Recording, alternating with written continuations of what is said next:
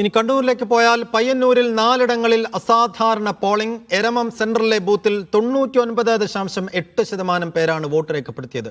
മറ്റ് 3 ഇടങ്ങളിലും പോളിംഗ് 95% കടന്നിട്ടുണ്ട്. ദുരൂഹത ആരോപിച്ച് UDF റിട്ടേണിംഗ് ഓഫീസർക്ക് പരാതി നൽകി. റീപോളിംഗ് വേണമെന്നാണ് ആവശ്യം.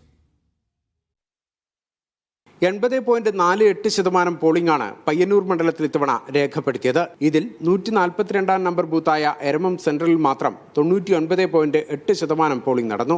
19 പേരൊഴികെയുള്ളവർ ഈ ബൂത്തിൽ വോട്ട് രേഖപ്പെടുത്തിയതായാണ് വിവരം.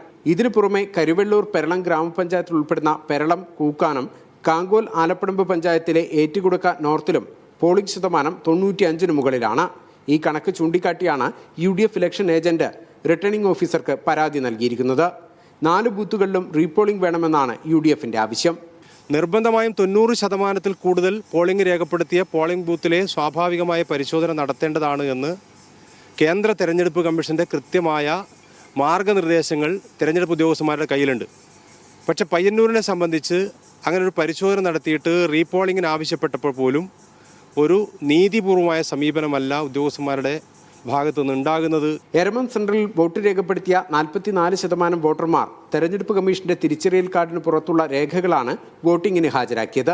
നേരത്തെ തന്നെ UDF ഉന്നയിക്കുന്ന വ്യാജ വോട്ട് ആരോപണങ്ങളെ സാധൂകരിക്കുന്നതാണ് പോളിംഗ് ശതമാനം എന്ന് ചൂണ്ടിക്കാട്ടി ബൂത്തിലെ ദൃശ്യങ്ങളും UDF ആവശ്യപ്പെട്ടിട്ടുണ്ട്.